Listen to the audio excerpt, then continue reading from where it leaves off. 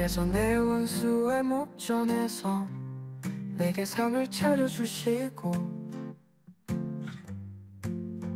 기름을 내 머리에 부으셨으니 내 잔이 넘치나이다. 할렐루야. 오늘 말씀을 통해서도 하나님의 은혜와 풍성한 사랑이 우리 모든 성도님들에게 가득가득 임하시길, 방송으로 함께 하시는 성도님들에게도 함께 하시길 예수님 이름으로 축원합니다. 오늘 함께 묵상할 말씀은 특별히 5절 말씀입니다. 주께서 내 원수의 목전에서 내게 상을 차려주신다라는 것이, 그것이 어떤 말씀인지 대한 말씀을 들을 때에 우리가 하나님의 은혜 안에 풍성히 잠기게 될 줄로 믿습니다. 네. 여기서 원수의 목전에서라고 나와 있는데, 원수는 그 복수형으로, 그러니까 많은 원수들의 앞에서 이 일이 일어난다라는 것이죠. 다윗이 지금 상을 차려주셨어요. 하나님한테. 하나님께서 다윗한테 상을 차려주셨어요. 그러면 이 잔치가 일어나는 것인데, 다윗의 잔치가 원수들의 목전에서 지금 일어났다는 상황임을 우리가 알 수가 있죠. 여기서의 상은 어떤 어워드나 이런 것들이 아니라 그 잔치상을 말합니다. 밥상을 차려주신 것이에요. 상은 이제 슬로한이라는 식탁이라는 의미이고, 여기서 베푸시다라는 말은 이 히브리어 타하로크인데, 이 단어는 뭐냐면 우리가 왜 귀한 손님이 오셔가지고 음식을 내올 때 여러분 어떻게 놓죠? 음식을 그냥 턱턱 막 던지나요?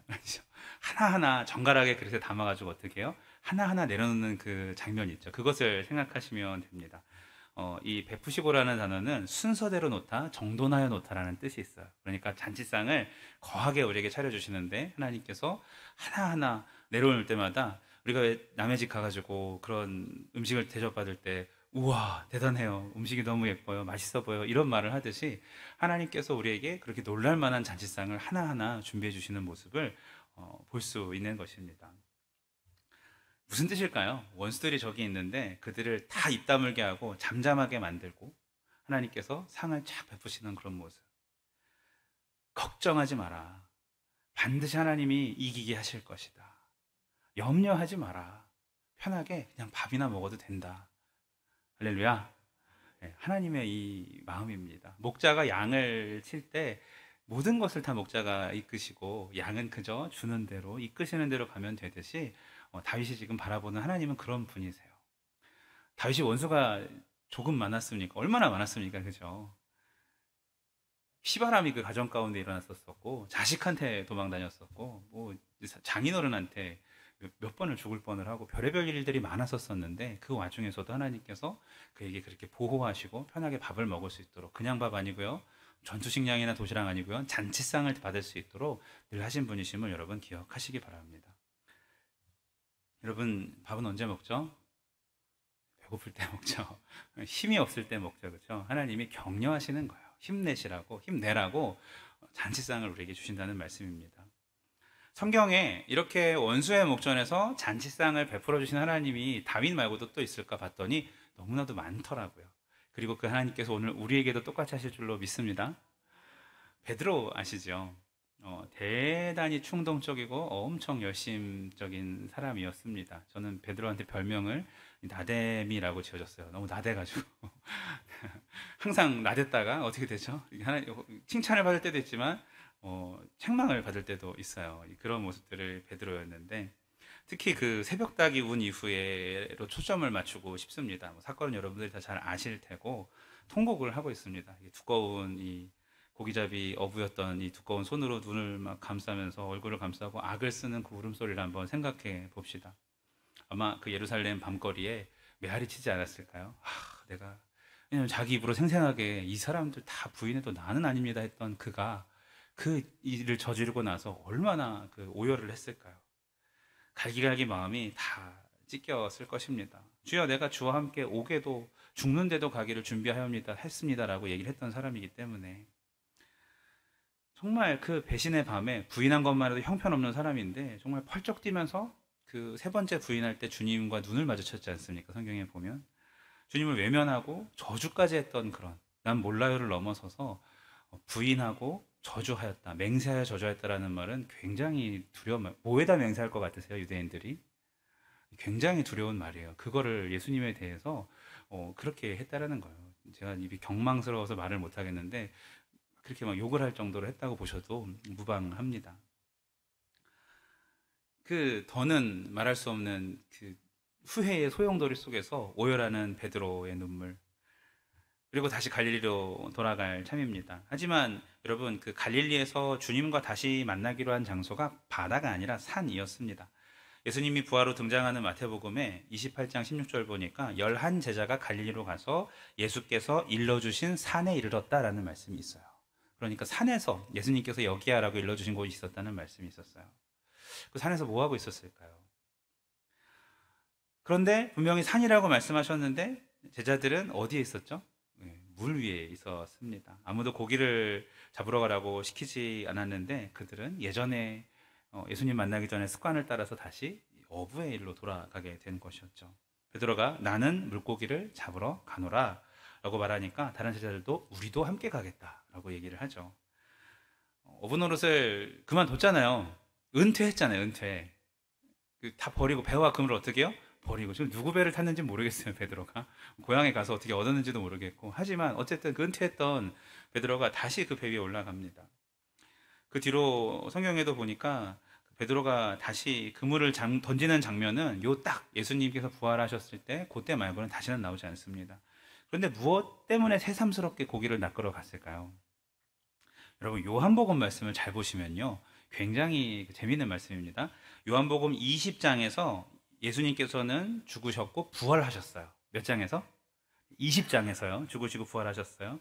그리고 베드로가 빈 무덤을 목격을 했고, 그리고 예수님께서 제자들에게 나타나셔서 곧 부활한 몸도 보여주셨습니다. 몇 장에서요? 20장에서요. 그런데 21장으로 넘어오면 1절에 이렇게 나와요. 그 후에, 그러니까 예수님이 부활하셔서 제자들에게 보여준 후에 고기를 잡으러 제자들이 가는 장면이 나와요. 무슨 말씀인지 아시겠어요?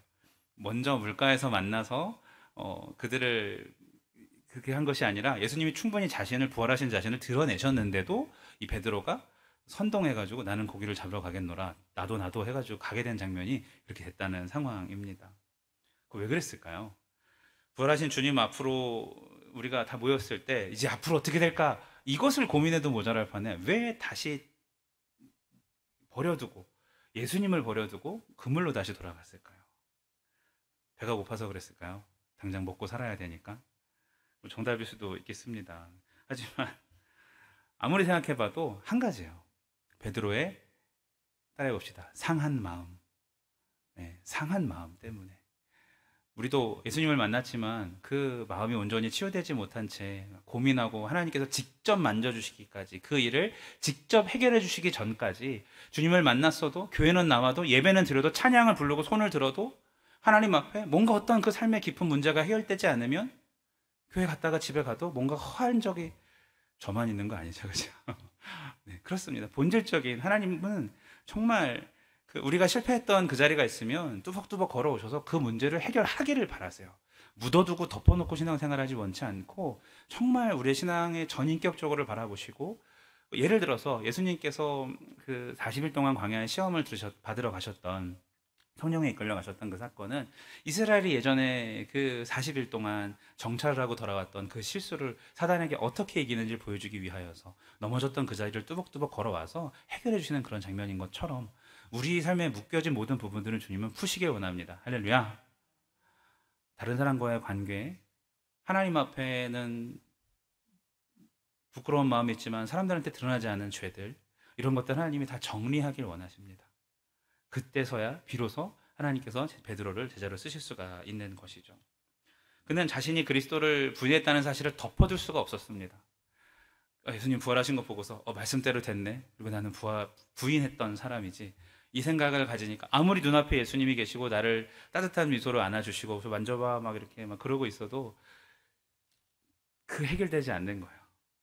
텅 빈 무덤으로도, 부활하신 예수님의 그 모습으로도 새벽다 굴 때 자기의 그 처참한 그 상처 누가 줬어요? 지가 지한테 준 거 아닙니까? 난 이거밖에 안 되는 놈이야 하는 그것을 버릴 수가 없는 거예요. 무너진 자존감이요. 그리스도께서는 오셨지만, 다시 살아나셨지만 베드로는 괴로워하고 또 괴로워합니다. 우리도 그렇습니다. 절대로 어기지 않겠다는 맹세를 저버렸던 사람이 어디 베드로뿐이었겠습니까? 조심스럽지만 저도 그렇고. 하나님, 제가 정말 그런 얘기 다시는 하지 않겠습니다. 절대 입을 닫고 살아가겠습니다 할 만큼 말실수로 나에게 남에게 큰 상처와 피해를 줬던 적 있지 않습니까? 이번 일로 주님 진짜 많이 깨달았습니다. 이제 정말 하나님 앞에 떳떳하게만 살겠습니다라고 그렇게 결단하고 다짐해 놓고도 또 똑같은 죄로 넘어지는 그런 우리들의 모습이요. 장담의 소리가 커질수록 부끄러움의 자리가 더 깊어집니다. 유혹 앞에서 다짐이 무색하게 힘 한 번 못 써보고 다 무너지기도 합니다. 그러다가 새벽닭이 탁 우는 순간, 죄의식이 양심을 빡 찌르는 순간이 오면 베드로처럼 정말 그 어두운 기퉁이에 베드로 옆에 내가 같이 찌그러져 있는 거죠. 베드로처럼 눈물을 쏟은 뒤에 신앙의 바닥을 경험하는 삶으로 돌아가기도 합니다. 그리고 그곳에서 재차 묻습니다. 나 같은 사람도 받아주실까? 내가 무슨 목사라고, 내가 무슨 권사라고, 집사라고 이렇게 자신을 막 자학하기도 하죠. 그렇게 우리가 실망한 마음 한가득한 상태로 있을 때 주님께서는 명쾌하게 답을 주십니다. 어떻게 해요? 원수의 목전에서 나를 넘어뜨리려 하고 너는 그거밖에 안 되라고 계속 참소하는 사단 앞에서 음식을 차려놓고 베드로를 그 아침에 부르시는 것입니다. 주님이시다. 요한이 발견하자마자 베드로 어떻게 하죠? 그 바다 어떤 바다입니까? 갈릴리? 자기 빠져 죽을 뻔했던 바다 아닙니까? 주님 보고 걸어가다가. 그런 거 없어요. 이제 뭐가 두렵겠습니까? 그렇게 멀지 않았긴 했지만 그래도 그 배가 뜰 정도면 깊은 바다인데, 고기 잡을 정도면 깊은 바다인데 거기를 수영쳐서 헤엄쳐서 예수님한테까지 가는 베드로의 모습을 상상해 보시길 바랍니다. 다시 예수님을 만나면 내 절대로 그 나의 잘못에 대하여서 하나도 빠짐없이 다 얘기하고 정말 사죄하리라 이런 마음을 갖지 않았었을까요? 얼마나 베드로의 마음이 동하였는지 알아지는 장면. 말이 아니라 우리가 행동에 먼저 나간다는 것은 그만큼 그렇게 막 마음이 불타고 있었다는 뜻 아니겠습니까? 지글지글 생선이 있고 또 주님께서 떡도 준비하셨습니다. 부인했을 때와 같은 모닥불을 펴놓으시고 지옥의 권세를 물리치시고 하늘나라를 다스리는 분이 친구처럼 베드로를 앉혀놓고, 동년배예요 거의, 친구처럼 베드로를 앉혀놓고 한 입 떼라고 권하십니다. 누구보다 은혜 받고 감격에 찬 사람이 바로 베드로였겠죠. 사탄에게 이미 밀 까부르듯이 농락을 당했던 사람이에요. 자기 말로 인하여 자기가 그렇게 당했던 사람이죠. 이제 그 사람이 주님의 손에서 떡을 받아먹고 있는 상황입니다. 베드로는 그 그리스도께서 베푸신, 우리가 보기에는 그저 고기와 떡이었지만 그 잔치상이죠. 베드로한테는 회복을, 내가 상처 줬던 사람이 나를 위해서 준비하는 것 아니겠습니까? 내가 배신했던 사람이 나를 위해서 그 상을 준비했다는 것만으로도 그것은 잔치상입니다. 얼마나 황송했을까요? 예수님께서는 바로 그 마귀 사탄이 지켜보는 가운데 원수의 목전에서 베드로에게 상을 베푸시고 그를 어떻게 해요? 회복시켜 주셨습니다. 할렐루야. 이것이 시편 23편의 원수의 목전에서 상을 베푸시는 원리입니다. 호시탐탐 양을 노리는 것들을 목자가 다 처리하고 목자를 바라보게 한 뒤에 그 양을 돌보는 모습입니다. 여러분, 실제로 이 다윗 시대에 목자가 양을 치려면 어떤 늑대나 살쾡이나 곰, 그 왜 다윗이 옛날에 소년 때부터 싸워 이겼던 그런 짐승들뿐만 아니라 그 땅속에 사는 누런 뱀이 있어요. 그 나라에 가면은 얘를 까치독사라고 하는데 특별히 주의를 기울여야 합니다. 까치독사는 땅굴에 숨어 있다가 순식간에 걔가 이렇게 점프를 뛰어요. 팍 튀어나오면서 양이 풀을 뜯으려고 가까이 가면 코를 딱 물어 뜯습니다. 굉장히 치명적인 공격이죠. 그래서 얼굴이기 때문에 금방 독이 퍼져가지고 신경에 마비가 되고 죽게 됩니다. 그래서 목자는 어떻게 하냐면 독사의 그 피해를 막기 위해서 뱀구멍을 먼저 찾아요. 양을 먹이기 전에. 뱀구멍에다가 기름을 다 발라놨습니다. 뱀구멍 입구에다. 자, 뱀이 나오는 구멍 입구에다 기름을 발라놓으면 어떤 일이 일어나게 될까요? 점프를 뛰려고 해도 미끄덩하게 되는 거죠. 그래서 뛰어오르지 못하도록 이렇게 기름을 뿌리고 바르는 일을 합니다. 그리고 양의 코에도 기름을 발라줍니다. 가까이 풀을 먹으러 이렇게 고개를 숙였을 때 그 뱀이 기름 냄새를 싫어해서 가까이 오지 못하도록 우리가 모기 쫓듯이 그렇게 하는 것이 이제 목자의 수고가 되는 것이죠. 이렇게 실제적으로 양을 먹이기 전에 하는 일들, 그 원수들로부터 보호하는 일들을 하나님이 하심을 믿으시기 바랍니다. 이 일들은 목자 되신 예수님께서 일들을 우리에게 손수해 주신다고 생각해 봅시다. 주님께서 원수 마귀들을 다 쫓아내고 편하게 먹을 수 있고 푹 쉴 수 있는 자리들을 안전하게 마련해 놓으셨습니다. 주님은 베드로를 대하듯이 우리 한 사람 한 사람을 대하실 것입니다. 그리고 낙심이 깊어서 그 밑바닥을 헤매는 우리들을 밥상머리로 부르신다고 생각해 봅시다. 예수님은요, 실제로 십자가에 달리시기 전날 밤에도 그러셨습니다. 마가복음 14장에 유월절 사건이 나오죠. 성내로 들어가라. 그리하면 물 한 동이 가져가는 사람을 만나리니 그를 따라가서 어디든지 그에 들어가는 집주인에게 이르러 선생님의 말씀이 내가 내 대자들과 함께 유월절을 먹을 나의 객실이 어디 있느냐 하시더라 하라. 여러분, 그 객실을 누가 준비했습니까? 지금 제자들한테 심부름 시키는 거잖아요. 가면 방이 있으니까 그쪽으로 가면 된다고 하시는 거죠. 객실을 누가 예약하셨습니까? 예수님이 하신 거예요. 요즘 말로 하면 예수님께서 널찍한 방을 예약하시고 제자들을 안내해줄 안내인까지 섭외하셔서 그 사람 따라가면 돼 라고 하신 것이죠. 가구가 잘 갖춰진 공간을 확보하고 음식을 차려 놓으셨습니다. 그리고 제자들은 무엇을 했습니까? 누구 말처럼 다 차려진 밥상에 숟가락만 얹어 놓습니다. 그게 제자들이 한 일이겠죠. 네. 선한 목자 되신 주님께서 손수 상을 베푸십니다. 성경을 디테일하게 읽으면 정말 제자들을 위해서 섬기시는 주님의 모습을 너무 자주 볼 수가 있어요. 사랑하는 성도 여러분, 이번 주일 성찬식 때 떡을 떼시고 잔을 드셨습니까? 혹시 그 모습이 마치 최후의 만찬 때 어리둥절한 제자들의 모습일지라도 괜찮습니다. 또 그 자리에서 목소리 높였던 베드로 같은 모습일지라도 괜찮습니다. 심지어 가룟 유다처럼 다른 마음을 품었을지라도 괜찮습니다. 예수님은 제자들 중에 그 누구도 그 자리에서 내쫓지 않으셨습니다. 그 자리에서 유다에게도 그 많이 알아들을 수 있는 말로 바로 깨닫고 돌아올 수 있는 기회를 계속해서 내가 말하였도다. 내니까 내가 말하였도다. 기회까지 주셨어요. 돌아올 수 있도록. 마태복음 26장 27, 8절 너희가 이것을 다 마시라. 이것은 죄사함을 얻게 하려고 많은 사람들을 위하여 흘리는 바 나의 피 곧 언약의 피니라.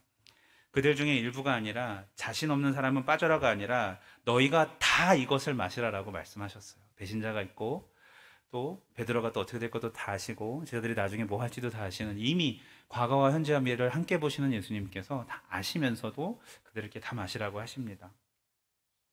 자신을 보잘것없는 존재로 여기는 사람도 주님의 잔을 마셔야 됩니다. 염치 없어 하는 이들도 이 잔을 마셔야 합니다. 무안해서 어쩔 줄 모르는 사람도 이 잔을 마셔야 합니다. 그게 주님의 마음이니까요. 사랑하는 여러분, 혹시 우리 가운데 염치 없고 부끄럽고 죄송한 마음으로 이 자리에 앉으신 분 계십니까? 주님의 초대를 받으시고 응하시길 축복합니다. 주님은 회복하려고 다 준비하셨고 우리를 괴롭혔던 그것이 그 원수가 나일 수도 있어요. 그 원수가 주변일 수도 있고 영적인 견고한 세력들일 수도 있지만 주님께서는 다 막아놓으시고 우리에게 지금 이 말씀을 듣는 이 자리에 영적인 양식을 우리에게 공급해 주심을 믿으시길 바랍니다. 그리고 우리가 배부르게 되었을 때에 내가 말씀이 내 안에 채워지고 있구나. 오늘 대표기도 하셨던 것처럼 하나님의 풍성한 말씀의 능력이 나에게 차고 있구나를 경험하는 순간 그 상을 차려주신 주님께 감사하게 될 것을 믿습니다. 그분은 최후의 만찬처럼 제자들을 위해 식사를 준비하신 예수님께서 내게도 똑같은 자리를 항상 마련하십니다. 갈릴리 바닷가에서처럼 바닷가에 불을 피워두고 기다리셨던 바로 그 주님께서 내 마음속에 꺼져가던 그 불씨를 다시금 이렇게 키워주시는 분이심을 믿으시기 바랍니다.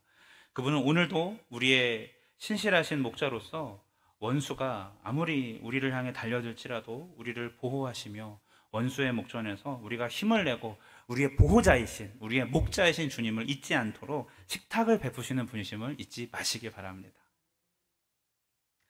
더 이상 숱하게 울음소리를 보지 마세요. 우리가 하나님을 실망시켜드리는 그 순간들을 계속 떠올리거나 이젠 그러지 마시고 이 자리에서 한 번의 회개로 끝내시고 다시는 그 죄를 짓지 않았으면 좋겠지만 오히려 이 상을 베푸신 분을 항상 보신다면 그럴 수가 있습니다.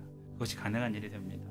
힘과 용기를 얻어서 철저히 하나님께서 원하시는 일을 하나님이 원하시는 방법으로 주의 품 안에서 사명들을 잘 감당하시는 저와 여러분 되시길 예수의 이름으로 축원합니다. 한번 크게 외쳐볼까요? 주께서 나에게 상을 베푸신다. 자, 오른손을 들어서 심장에 대고 크게 외쳐봅시다. 시작. 주께서 나에게 상을 베푸신다. 아멘.